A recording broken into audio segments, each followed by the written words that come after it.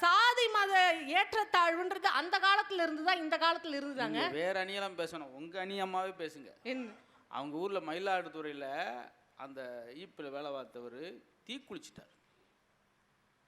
தீக்குளிச்சு பொழைச்சிட்டார் sir. ஆச்சரியம், எப்படி சந்தோஷம். தீக்குளிச்சு பொழைச்சவர் இந்த அம்மா டீ குடிச்சு செத்து போயிட்டானே. அந்த மாதிரி கால சாரி மேடம், இடையூறுக்கு மன்னிக்கும் இருக்கட்டும் நடுவர் அவர்களே. ஐயா, இந்த காலத்துல எவ்வளவு சாமர்த்தியமா இருக்கிறோம் தெரியுங்களா? எந்த விஷயத்தையுமே சாமர்த்தியமா ஹேண்டில் பண்றது யாருன்னு பாத்தீங்கன்னா இந்த காலத்தால் தான். ஒருத்தர் ஆபீஸுக்கு போனாராம். போயிட்டு, ஐயா உக்ரைனுக்கும் ஈரானுக்கும் சண்டை நடக்குது, எனக்கு லீவ் வேணும்னு கேட்டாராம். அப்படியே ஆஃபீஸ் மேனேஜர் அலறிட்டு இருக்காரு. ஏன்பா, உக்ரைனுக்கும் ஈரானுக்கும் சண்டை நடக்கிறதுக்கும் உனக்கு லீவுக்கும் என்ன சம்மந்தம்? இல்லை சார், போன வாரம் எனக்கும் என் பொண்டாட்டிக்கும் சண்டைன்னு சொன்னேன், இந்த மாதிரி சின்ன சின்ன சண்டைகளாக லீவ் கொடுக்க முடியாதுன்னு சொன்னீங்க, அதனால தான் இன்னைக்கு பெரிய சண்டையாக கேட்குறேன்னு இருக்காருங்க. ஒரு காலத்தில் தன்னை யார் என்ன நினைப்பாங்களோன்னு 4 பேருக்கு பயந்து பயந்து வாழ்ந்ததெல்லாம் உங்கள் காலங்க. ஆனால் இன்னைக்கு காலம் மாறிடுச்சு. நான் தப்பு செஞ்சால் மன்னிப்பு கேட்பேன், ஆனால் நீங்கள் தப்பாக நினைப்பீங்கன்றதுக்கெலாம் என்னால் மன்னிப்பு கேட்க முடியாதுன்னு ஒரு தைரியமான வாழ்க்கையை வாழ முடியுதுன்னா அது இந்த காலத்தில் தாங்க சாத்தியம். அன்றைக்கெலாம் என்னங்க, ஒரு பூனை குறுக்கில் வந்தால் கூட தடையாக நினைப்பாங்க. ஆனால் போன மாதம் அமெரிக்காவுக்கு எங்கள் நடுவர் போனார். புலியோடையே செல்ஃபி எடுத்து வாட்ஸ்அப்பில் போட்டிருக்காருன்னு சொன்னால் அது இந்த காலத்தில் தானேங்க சாத்தியம். அன்னைக்கு அவங்க வீட்டில் புளி குழம்பு, அது ஒரு போட்டோ எடுத்து போட்டேன், அதை சொல்கிறாங்க. நீ யாருங்க? உண்மை. எல்லாரும் போய் நடுவருடைய ஸ்டேட்டஸை செக் பண்ணி பாருங்க. அன்னைக்கெல்லாம் கிராமத்தில் பஞ்சாயத்துன்னு ஒன்று இருக்கும். அந்த பஞ்சாயத்தில் கொடுக்குற மிகப்பெரிய தண்டனை என்னன்னு பார்த்தீங்கன்னா ஊரை விட்டு தள்ளி வைப்பாங்க. ஊரை விட்டு தள்ளி வைக்கிறதுனா உனக்கும் இந்த ஊருக்கும் சம்மந்தம் கிடையாது, சொந்த பந்தம் எதுக்குமே சம்மந்தம் இல்லைன்றத தண்டனையாக கொடுத்தாங்க. ஆனால் இன்னைக்கு பஞ்சாயத்தும் கிடையாது. அப்படி பஞ்சாயத்துன்னு ஒன்று இருந்தாலும் அந்த தண்டனை யாரும் கொடுக்க மாட்டாங்க. ஏன் சொல்லுங்க? அந்த கிராமத்தில் வாழறது தான் மிகப்பெரிய தண்டனை. காரணம், சொந்தக்காரன் கூடவே இருப்பாங்க. சொந்தக்காரனோடலாம் மனுஷன் வாழ முடியுமா? நடுவர் அவர்களே, சொந்தக்காரர்களுடைய கான்செப்ட் என்ன தெரியுங்களா? பணக்காரன் சொந்தக்காரன் ஆகணும், சொந்தக்காரன் ஒரு நாளும் பணக்காரன் ஆகக்கூடாது. அப்படிப்பட்டவங்களோட எப்படிங்க இருக்க முடியும்? ஆனால் இன்னைக்கு எங்கள் வாட்ஸ்அப் காலத்தில் போய் பாருங்க, நீ அங்கே நல்லா இருக்கியா, நான் இங்கே நல்லா இருக்கேன். ஒரு ஃபேமிலி குரூப், அந்த ஃபேமிலி குரூப்பில் ஒரு குட் மார்னிங் குட் ஈவினிங்னு வாழ்க்கையை நாங்கள் சந்தோஷமாக வாழறோன்னா அது இன்னைக்கு தாங்க சாத்தியம். ஐயா, வாழ்க்கையில் ரொம்ப சிம்பிளாக ஒரு ட்ரிக்ஸ் நான் சொல்லித்தரேங்க. வாழ்க்கையில் ஏதாவது ஒரு பிரச்சனை, எதிரணியே எங்களுக்கு பிரச்சனை பண்ணுறாங்கன்னு வச்சுக்கோங்களேன், அதை லூஸில் விட்டுடணும். இல்லை, எதிரில் இருக்கிறவங்க லூஸுன்னு விட்டுடணும். அதை விட்டுட்டு நான்லாம் அந்த காலத்துலன்னு அடுக்கடுக்காக கதையை சொல்கிறத விட அடுத்தடுத்து என்ன செய்யணும்னு யோசிங்க. நான் சொன்ன மாதிரி வெறும் சாதியை பார்த்தவர்கள் அந்த காலம், சாதிக்க பார்ப்பவர்கள் தாங்க இந்த காலம். மருத்துவமனையில் வந்து பேசிகிட்டு இருக்கோங்க. மருத்துவம் வந்து அந்த காலத்தில் எங்களுக்கு பெரிய விஷயமே கிடையாது, நாங்களாம் மாத்திரையே சாப்பிடலன்னு. நீங்கள் கொரோனா பற்றி எல்லாருமே பேசினாங்க. கொரோனா நேரத்தில் சண்முக பிரியான்னு ஒரு மருத்துவருங்க, 8 மாத கர்ப்பிணியாக இருக்கிறாங்க. கர்ப்பிணியாக இருந்து கூட மற்றவங்களுக்கு சேவை செய்கிறாங்க. வீட்டில் இருக்கவங்களாம் வேண்டாமா, அந்த காலத்தை அவங்க மாமியார்லாம் சொல்கிறாங்க, வேண்டாமா எதுக்குமா பண்ணுறேன்னு. இல்லை, இந்த நேரத்தில் என்னுடைய உதவி எல்லாருக்கும் தேவைன்னு அந்த அம்மா பண்ணுறாங்க. அவங்களுக்கும் கொரோனா தொற்று ஏற்பட்டு உயிரை விட்டுடுறாங்க. கவனிக்க வேண்டிய விஷயம், அவங்க மட்டும் உயிரை விடலைங்க, இந்த பூமிக்கே வராத அந்த 8 மாத சிசு கூட உயிரை விட்டு இருக்குன்னு சொன்னா, இன்னைக்கு தன்னுடைய அறிவியல் வளர்ச்சியால் தன்னுடைய உயிரை விட்டு கூட உலகத்தை காப்பாற்ற பல மருத்துவர்கள் இருக்கிறாங்கன்னு சொன்னா அதை நம்ம வரவேற்கணுங்க. மாதா பிதா குரு தெய்வம். குரு இருக்கக்கூடிய இடத்துல இப்போ கூகுளை வச்சுட்டிங்களே, கூகுளுக்கு நல்லது தெரியுமா கெட்டது தெரியுமான்னு கேட்டீங்க. உண்மையாகவே இந்த கருத்தை நான் ஏற்றுக்கொள்கிறேன். ஆனால் டெக்னாலஜி தெரிஞ்சவங்க, ஒரு சயின்ஸ் தெரிஞ்சவங்க, படித்த பிள்ளைகிட்ட கொடுத்தீங்கன்னு வச்சுக்கிங்களேன், செட்டிங்ஸில் போய் பிள்ளைங்க என்னென்ன பார்க்கணுன்றதை நம்மளால் செட்டிங்ஸில் மாற்றிட முடியுங்க, நல்லது மட்டுமே வரும். ஆனால் பல ஆசிரியர்கள் என்னங்க பண்ணுறாங்க, பிள்ளைகள் எழுந்து சந்தேகம்னு கேட்கும்பொழுது, உனக்கு இது கூட தெரியாதா, இதெல்லாம் ஒரு சந்தேகமானு எந்த கூகுளாவது மட்டம் தட்டியிருக்காங்க? அதனால்தான் இன்றைய தலைமுறையினர் கூகுளை தாண்டி போயிட்டு இருக்காங்கன்றது தான் எங்களுடைய கருத்து. இங்க பெண்கள் 2 பேர் பேசிட்டு இருக்கோங்க. ஒரு காலத்துல அடுப்பூதும் பெண்களுக்கு படிப்பெதற்குன்னு பெண்களை முடக்கி வச்சாங்க. ஆனா இன்னைக்கு பெண்கள் சாதிக்காத ஒரு துறை இருக்கா சொல்ல முடியுமா நம்மளால? பெண் பிறந்தாலே பாவம்னு கள்ளிப்பால் ஊத்தி கொண்டாங்க இந்த வயல்வெளி காலத்துல. ஆனா இன்னைக்கு பெண் பிறந்தால் டாட்ஸ் லிட்டில் பிரின்சஸ்களாக இளவரசியா நம்ம கொண்டாடுறோமா இல்லையாங்க? ஐயா, அந்த காலத்தில் இந்த குழந்தை திருமணம்ன்றது எப்படிங்க இருந்தது யோசிச்சு பாருங்க. ஒன்றும் பெரிய ஒரு விஷயம் இல்லைங்க. சாக கிடக்கும் ஒரு கிழவி, ஆனால் கண்ணை மூடுறதுக்குள்ளே என் பேத்தியோடைய கல்யாணத்தை நான் பார்த்துட மாட்டேனான்னு அந்த கிழவிக்காகலாம் கல்யாணம் பண்ணி வச்சாங்கங்க. இதை பார்த்து ஒரு கவிஞன் கவிதை எழுதுறாங்க. மரண படுக்கையில் இருக்கக்கூடிய பாட்டி ஆசைப்பட்டதால் 10ஆம் வகுப்பு மாணவி மனைவி ஆனாள்.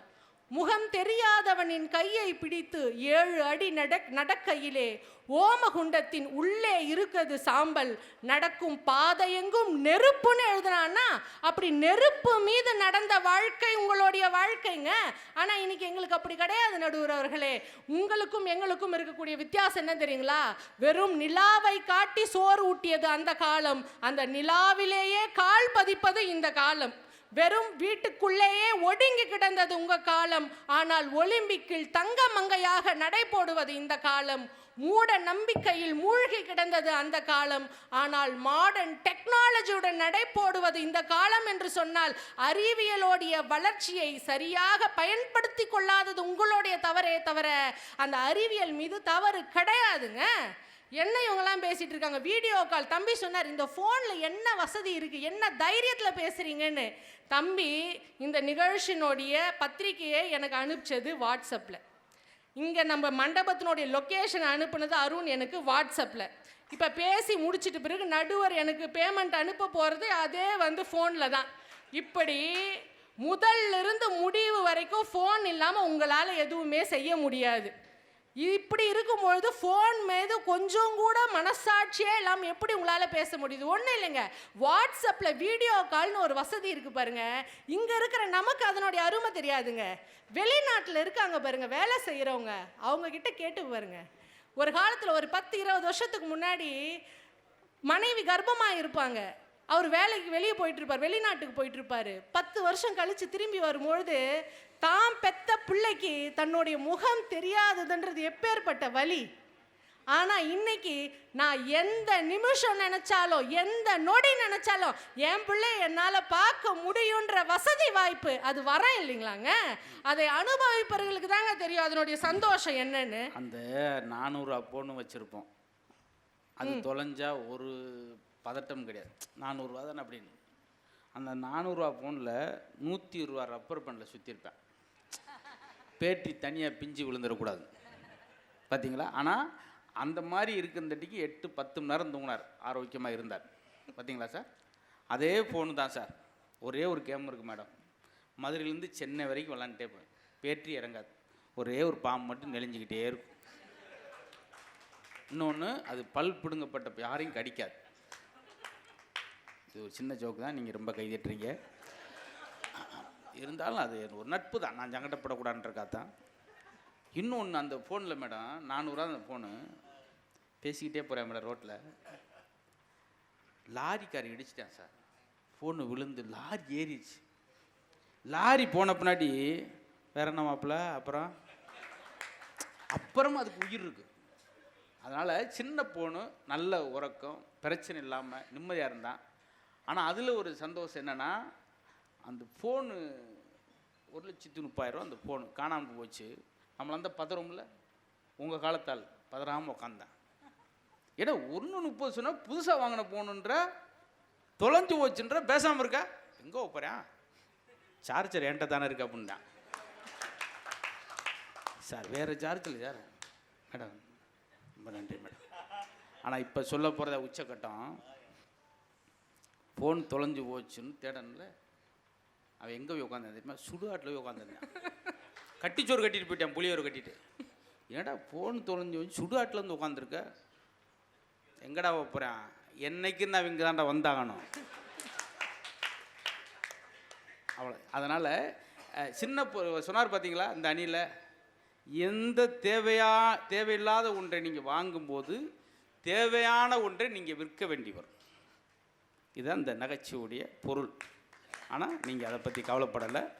நன்றி மேடம். முடிங்க. என்ன ஒன்று. ஆனால் நடுவர் இது எல்லாத்தையும் ஃபோனில் வந்து வாய்ஸ் ரெக்கார்டர் ஆன் பண்ணி மைக்கை வந்து மைக்கில் ஒட்டுறதா இல்லை கீழே வைக்கிறதான்னு தெரியாமல் அதை ரெக்கார்ட் பண்ணிட்டு பேசும்பொழுது தான் எனக்கு கஷ்டமாக இருக்குது. நடுவர் மட்டும் அவருடைய ஃபோனை அரை மணி நேரம் நிறுத்தி வச்சாருன்னா இன்னைக்கு அவர் வரக்கூடிய 10 ப்ரோக்ராம் கேன்சல் ஆகிடும். நடக்குமா நடக்காதா? அது கூட கேன்சல். நீங்கள் சொல்லும் போதாமல் எனக்கு கேன்சல் ஆன மாதிரியே தோணும். ஏங்க, வறுமையின் நிறம் சிகப்புன்னு ஒரு திரைப்படங்க, இங்க இருக்கக்கூடிய எல்லாருமே பார்த்துருப்பீங்க. வேலை இல்லா திண்டாட்டம் வறுமையினுடைய உச்சத்தை காட்சிப்படுத்தி இருப்பாங்க. படித்த சர்டிஃபிகேட்டை கையில் வச்சுக்கிட்டு கமலஹாசன் வந்து ஒவ்வொரு கம்பெனியாக ஏறி ஏறி இறங்குவார். ஒருவேளை சாப்பாட்டுக்கு கூட வழி இல்லாமல் திண்டாடும் பொழுது நம்ம வாழ்க்கையில் அந்த பிரச்சனை இருக்கிற மாதிரி இருக்குங்க. ஆனால் இன்னைக்கு யோசிச்சு பாருங்க, தனக்கான வேலையை தனக்கான உரிமையை தானே உருவாக்கக்கூடிய சூழல் வந்திருக்குங்க. தம்பி சொன்னாரு, home tour, kitchen tour, bathroom டூர்லாம் போடுறீங்களே இது என்னன்னு. ஆனால் இதை வீட்டில் இருந்து ஒரு சாதாரண ஹோம் மேக்கராக இருந்துக்கிட்டு என்னுடைய வீட்டை சுற்றி காமிச்சே என்னால் பணம் சம்பாதிக்க முடியும்ன்ற அந்த வாய்ப்பையும் வசதியையும் இன்னைக்கு அறிவியல் கொடுத்துருக்குன்னா அதை நல்ல முறையில் பார்த்தீங்கன்னா நல்லா தான் இருக்கும். அதை விட்டுட்டு என்னை விட்டுட்டு நீங்களா மட்டும் ஃபோட்டோ எடுத்துக்கிட்டிங்கன்னா அது கண்டிப்பாக நல்லா இருக்காது. அது போட்டோ இல்லை மேடம், வீடியோ. இது கூட தெரியல, நீங்கள் இந்த காலத்தில் பேசுறீங்க. எப்படி நடுவர்களே ஃபோட்டோவா வீடியோவான்னு தெரியும். இறுதியாக நான் இப்படி சொல்லி நிறைவு செய்கிறேன். நடுவர்களே பேசும்பொழுது சொன்னாங்க, இன்னைக்கு சமூக ஊடகத்தை திறந்து பாருங்க, எவ்வளோ வந்து செய்திகள் வருது. இன்ஸ்டாகிராம், ஃப்ளிப்கார்ட்டு, சாரி மன்னிக்கணும், யூடியூப்னு எந்த சோஷியல் மீடியாவை திறந்தாலுமே தவறான செய்திகள் தான் வருது. காரணம் சமூகம் அதை நோக்கி போயிட்டு இருக்கேன்னு கேட்டாங்க. அதே மாதிரி இண்டிகோ ஃப்ளைட் கேன்சல் ஆகிடுது. நம்ம மேலே வந்து பார்க்கும்பொழுது சந்தோஷமாக இருந்தது, ஆனால் இன்னைக்கு அதில் பயணிக்கும் பொழுது வந்து கடினமாக இருக்கே அப்படின்னு கேட்டார். ஐயா, இந்த தவறுலாம் நடக்கவே இல்லைன்னு நினைக்கிறீங்களா? எந்த பிரச்சனையும் ஒரு காலத்தில் இல்லவே இல்லைன்னு நினைக்கிறீங்களா? அதுதாங்க தவறு. பாரதியார் அழகாக சொல்லியிருப்பாருங்க, பாதகம் செய்பவரை கண்டால் நீ பயம் கொள்ளலாகாது பாப்பா, மோதி மிதித்து விடு பாப்பா, அவன் முகத்தில் உமிழ்ந்து விடு பாப்பான்னு பாரதியார் அன்னைக்கு எழுதியிருக்காருன்னா என்ன அர்த்தம்? அன்னைக்கே ஊர்ல பல களவாணி பயலுக இருந்திருக்கிறானுங்க. அதை பார்த்து நீ பயப்படாதம்மா, அவன் யார் உன்னை என்ன பண்ணாலும் அவனை தூக்கி போட்டு மிதின்னு அன்னைக்கு பாரதியார் சொல்லியிருக்காருன்னா, அன்னைக்கு நடந்த தவறுகள் எல்லாம் வெளி கொண்டு வருவதற்கு எந்த ஊடக வெளிச்சம் கிடையாதுங்க. ஆனால் இன்னைக்கு ஊடக வெளிச்சம் இருக்கு. நம்ம தப்பு பண்ணிட்டா எங்க வாட்ஸ்அப்ல வருவோமோ ஃபேஸ்புக்ல வருவோமோன்ற அந்த பயத்தையாவது இன்னைக்கு சூழல் உருவாக்கி இருக்கு பாருங்க. இந்த இண்டிகோ ஃப்ளைட்டு எத்தனையோ வந்து மிஸ் ஆனதுக்கு நடுவர் அவர்களே கண்டனமாக பண்ணி வந்து ஒரு பதிவு போட்டிருந்தார். யோசிச்சு பாருங்க, ஒரு காலத்தில் 4 பேரோட நம்மளும் இருந்துட்டு போயிடுவோம், நமக்கு என்ன இருக்குன்னு பயந்து பயந்து வாழ்ந்த காலம் ஒரு காலம்ங்க. ஆனால் இன்னைக்கு யார் எப்பேற்பட்ட பதவியில் இருப்பவர்கள் தவறு செய்தாலும் ஒரே ஒரு ஹேஷ்டேக் வச்சு நம்மால் தட்டி கேட்க முடிகிற அளவுக்கு சுதந்திரத்தை இன்றைய சூழல் உருவாக்கி இருக்குன்னு சொன்னா அதை சரியாக பயன்படுத்தி கொள்ள வேண்டியது நம்முடைய கடமை என்று கூறி அற்புதமான வாய்ப்பினை வழங்கிய அத்தனை நல்ல உள்ளங்களுக்கும் நன்றி பாராட்டி இடம் சார்கிறேன். நன்றி, வணக்கம்.